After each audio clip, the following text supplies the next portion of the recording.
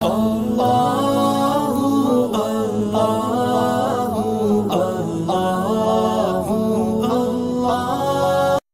اللہ الرحمن الرحیم۔ صلہ رحمی کیسے کی جائے؟ صلہ رحمی یعنی رشتہ داریوں کو جوڑے رکھنے کی جو فضیلت قرآن و حدیث میں آئی ہے، اس کا طریقہ بتایا جا رہا ہے کہ کیسے کیسے صلہ رحمی کی جا سکتی ہے، رشتہ داریوں کو کیسے کیسے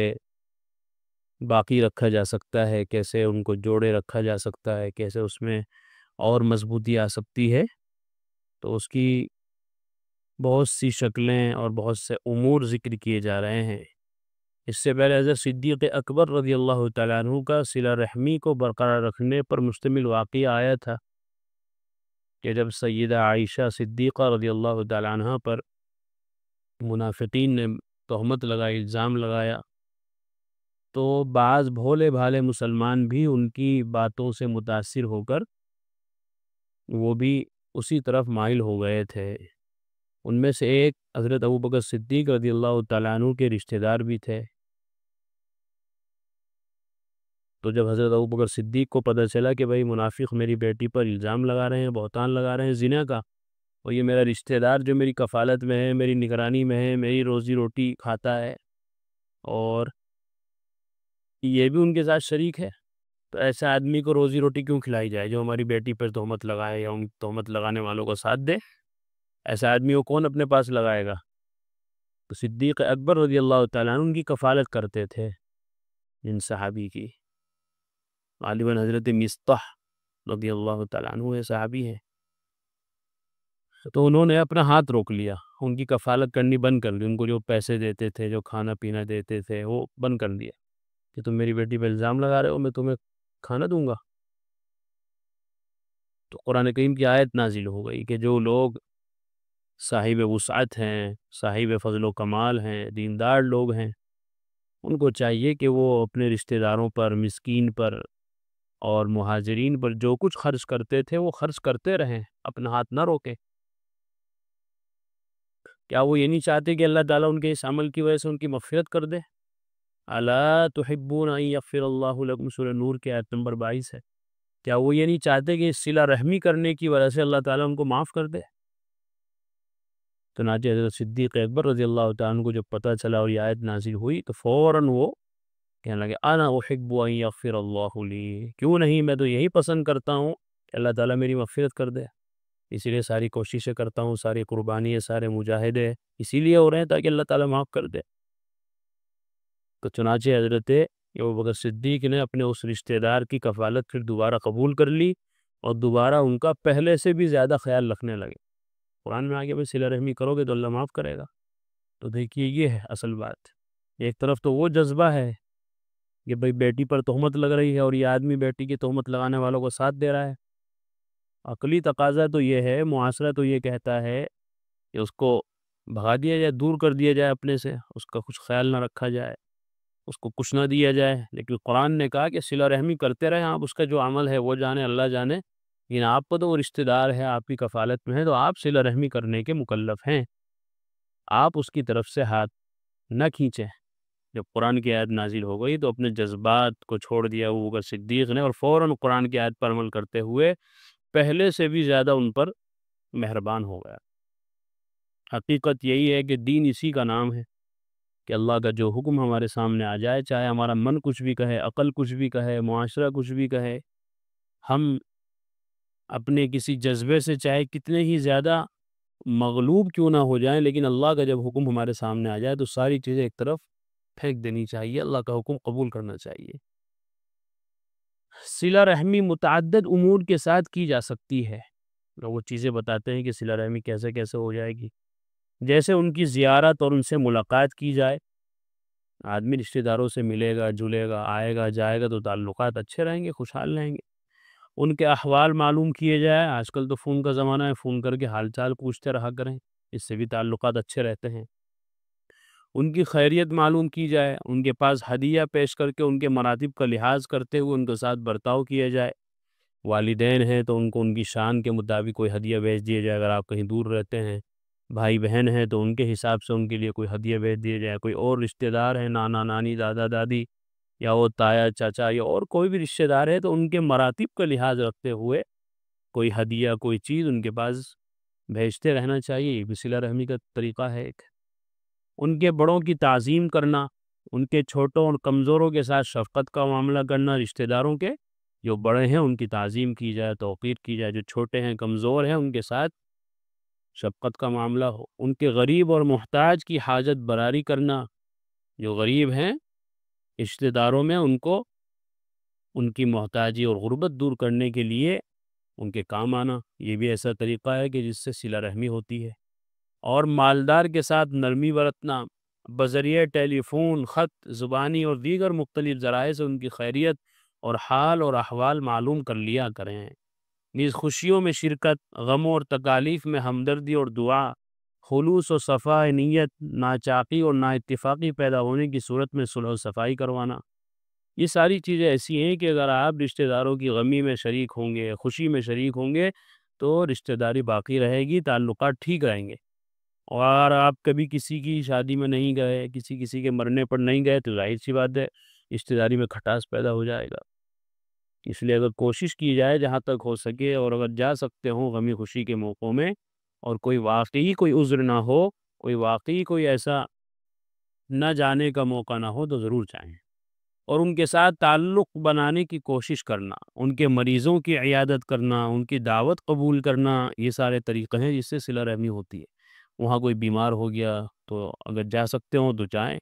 نہیں جا سکتے دور ہیں تو فون پر معلوم کریں، 1 دن بعد 2 دن بعد 3 دن بعد فون کر کے پوچھتے رہیں، اس سے بھی تعلقات اچھے رہتے ہیں۔ انہوں نے کوئی دعوت دی تو اس میں جانا چاہیے اگر جا سکتے ہوں۔ اور صلہ رحمی کا سب سے بڑا سبب یہ ہے کہ ان کی اصلاح و ہدایت پر حریص رہیں، بھلائی کا حکم دیں اور بدی سے منع کریں، یہ صلہ رحمی کا ایک بڑا طریقہ ہے۔ صلہ رحمی کا ایک بڑا سبب یہ بھی ہے کہ رشتہ داری کے سبب آپ کی ذمہ داری بنتی ہے کہ آپ اپنے رشتہ داروں کی بھی اصلاح اور ہدایت کی فکر کریں، صرف اپنی آخرت بنانے کے لیے کوشش نہ کریں بلکہ ان کی بھی آخرت بن جائیں اور وہ بھی راہ راست پر آ جائیں، وہ بھی ہدایت پر آ جائیں، ان کی بھی اصلاح ہو جائے، اس کی بھی بندہ کوشش کرتا رہے۔ اس لیے حکمت مصلحت کے ساتھ ان کو بھلائی کا حکم کرتے رہیں، برائی سے روکتے رہیں۔ صلہ رحمی کا یہ مذکورہ بالا طریقہ کار اس صورت میں ہوگا جب رشتہ دار مسلمان، نیک، صالح، سلیم القلب، صحیح الفکر لوگ ہوں۔ لیکن اگر خدا نخواستہ کافر یا فاسق ہوں تو ان کے ساتھ صلہ رحمی واعظ و نصیحت کے ذریعے کی جائے اور اس سلسلے میں اپنی حد درجہ کوشش کرے، لیکن اس کے باوجود بھی اگر ان کی طرف سے کوئی التفات و توجہ نظر نہ آئے اور اعراض و تکبر کا سامنا کرنا پڑے یا ان کی ہدایت سے مایوس ہو جائے اور اپنی جان پر خوف پیدا ہو کہ ان سے متاثر ہو جائے گا اور ان کی صف میں شریک ہو جائے گا، تو اب ان سے دور ہو جائے اور ان کو چھوڑ دے اور ان کی ہدایت کے لیے اللہ سے خوب خوب دعائیں مانگے۔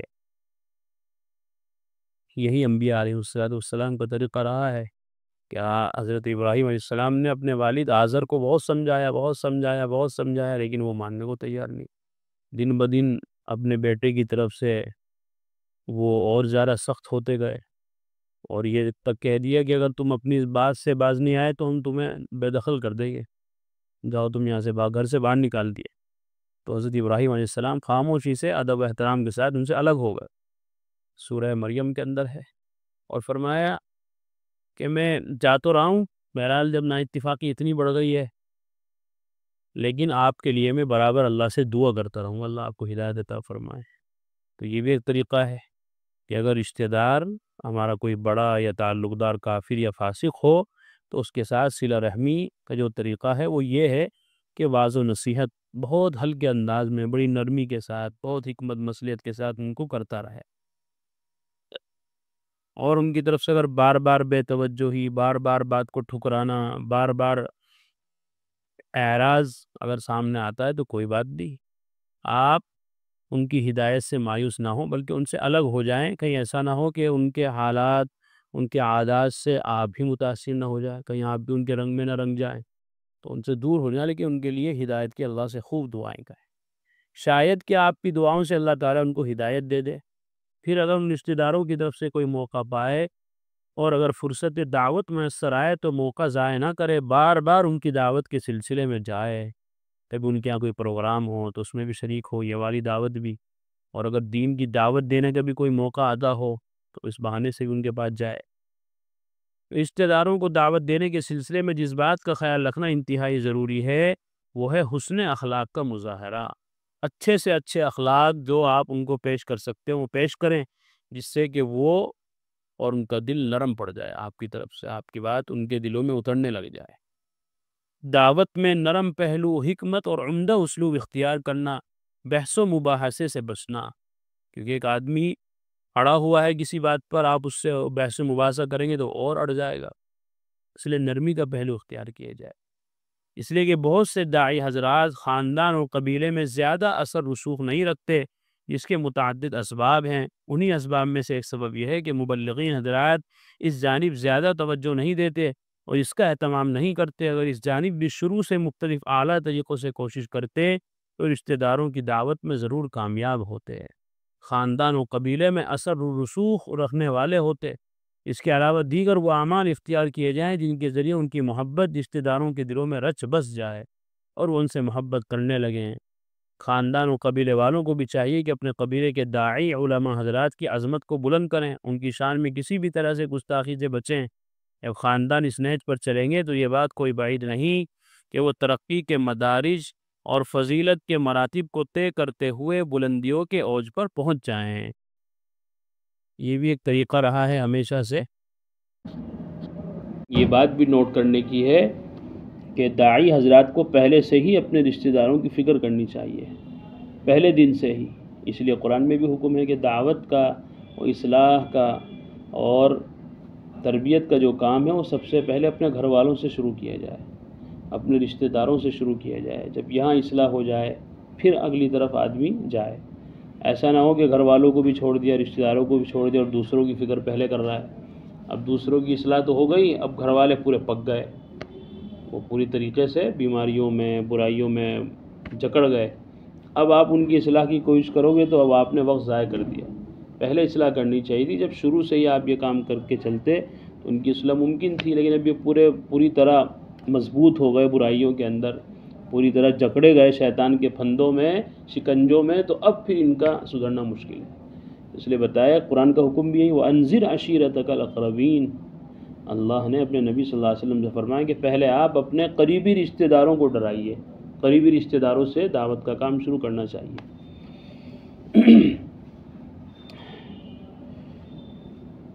صلہ رحمی باطن کی اچھائی، وسعت ظرف، حسن اخلاق، وفاداری اور اقربا کے ساتھ اخلاص پر دلالت کرتی ہے۔ اسی وجہ سے کہا گیا ہے جو اپنے رشتہ داروں کے ساتھ اچھا سلوک نہیں کرتا تو آپ کے ساتھ کیسے اچھا سلوک کر سکتا ہے؟ جو ان کا دفاع نہیں کرتا تو وہ آپ کا دفاع بھی نہیں کر سکتا۔ صلہ رحمی کی وجہ سے محبت بڑھتی ہے، الفت پھیلتی ہے، رشتہ دار ایک جسم کی مانند بن جاتے ہیں، پھر ان کی زندگی آرام و سکون سے گزرتی ہے اور ان میں خوشیاں بڑھ جاتی ہیں۔ انسان جب اپنے رشتہ داروں سے صلہ رحمی کرتا ہے، ان کی عزت کرنے پر حریص رہتا ہے، تو پھر رشتہ دار بھی اس کا اعزاز اور اکرام کرتے ہیں، اس کی توقیر و تعظیم کرتے ہیں، اسے اپنا سردار اور قائد بنا کر خود اس کے مددگار بن جاتے ہیں۔ اسی لیے کہنے والے نے کہا ہے وَلَمْ أَرَ عِزًّا لِمْرِئٍ كَعَشِيرَةٍ وَلَمْ أَرَ ذِلًّا مِثْلَ نَائٍ عَنِ الْأَهْلِ۔ رشتہ داری سے زیادہ عزت آدمی کے لیے کوئی چیز نہیں ہے اور رشتہ داروں سے دوری اختیار کرنے سے زیادہ ذلت والی کوئی چیز نہیں ہے۔ اللہ تعالی ہم سب کو صلہ رحمی کی توفیق عطا فرمائے۔ قرآن کریم میں اللہ تعالیٰ فرماتے ہیں الا بذکر اللہ تطمئن القلوب، کہ سن لو، اچھے سے سمجھ لو، اللہ تعالیٰ کے ذکر ہی سے دلوں کو اطمینان نصیب ہوتا ہے۔ یعنی اللہ تعالیٰ کے جو انعامات و احسانات اور اس کی نوازشیں ہم پر ہیں، اگر ہم ان کو یاد کریں گے تو ہمارے بے قرار دل کو قرار آ جائے گا، سکون مل جائے گا۔ اگر ہم چاہتے ہیں کہ ہمارے دلوں میں سکون آئے، اطمینان نصیب ہو، تو اس کا ایک واحد علاج اور ایک بہترین دوا یہ ہے کہ ہم فوراً اللہ کے ذکر میں مشغول ہو جائیں۔